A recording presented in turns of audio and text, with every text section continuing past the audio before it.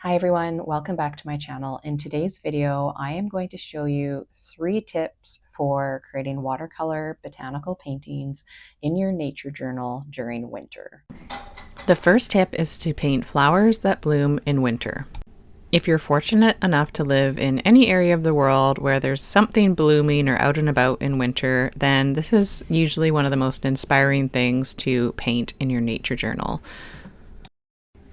I like to paint mostly native plants, but where I live in the Pacific Northwest, there are a few things that start blooming in January, February, such as camellias and hellebore. And sometimes I find these really inspiring to add to my nature journal at that point in the year.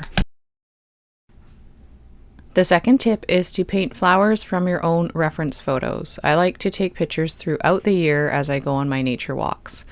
I use Google Photos, and this stores all my photos for me on my phone, and I'm able to make specific albums. So I usually make just a very general reference photo album for painting, and I add in all of the things that I take pictures of that would inspire me to paint.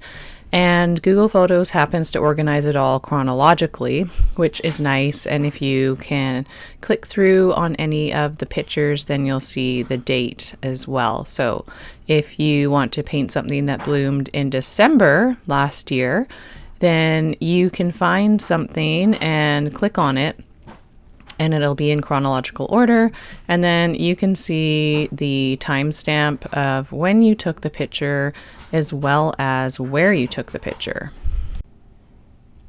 I really like to use this feature because I am just innately inspired to paint things that are seasonally in alignment with what time of year it is.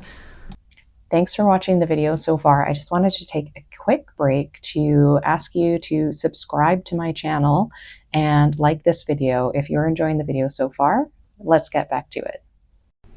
And tip number 3 is paint something with a winter color palette. Now, you can use some artistic license with this, and a great way to add in wintry tones is to add a simple little background to your botanical painting on your nature journal page. So what I'm doing here is I have a camellia page and I'm painting a white camellia, but before I paint in the camellia, I'm adding a really nice sort of faint wash of neutral tint. And the neutral tint that I use is by Holbein, and it has a much bluer tone and it's transparent compared to Winsor and Newton's neutral tint, which is opaque. So what I'm doing here is just feathering out the color and making a winter toned background for my camellia painting. And you can see here it's finished. It's a white camellia, so also it helps the white flower stand out on the white page. Another thing you could do is just practice color mixing from some photos you've taken in the winter. I took these hellebore pictures just a few days ago down at the waterfront park where I live. So these bloom in January where I live, and you can see there's lots of wintry tones in this white hellebore picture.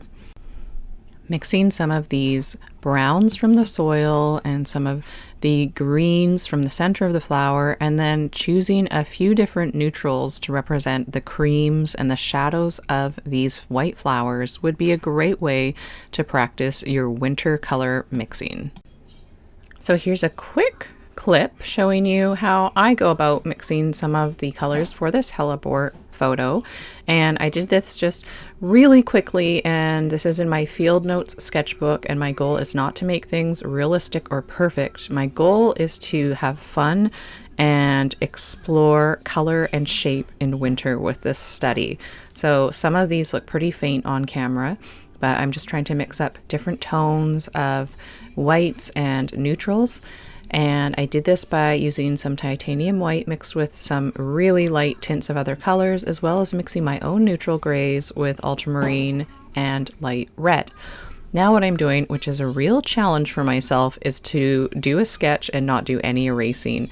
I just want to be very, very sketchy and lay down lines and just sketch over top of that line when I'm not happy with it, and just get sort of the gist of a hellebore here down on paper. And again, this is not supposed to be realistic.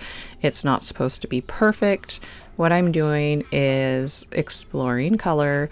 I'm also working on my perfectionism because I am a perfectionist. I have a certain way of doing things and I try to make everything look perfect, which is great when you're a botanical artist. However, it's really good to be able to let go and explore like this because as an artist, when I've managed to do this, this is how I've discovered new techniques, new colors, new amazing things I would never have learned if I just sort of stayed within the lines and made everything perfect.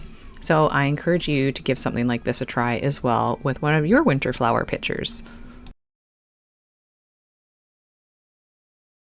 I hope you enjoyed this video and that it inspired you. And remember, everybody started somewhere, so all you need to do is pick up your paintbrush and get started. If you need a little help to get going, you can check out the video description below. I have a free class that you can take learning all about my 3-step painting method. I also have a free guide that shows you more of my framework and the approach I take to botanical painting and nature journaling to help you out.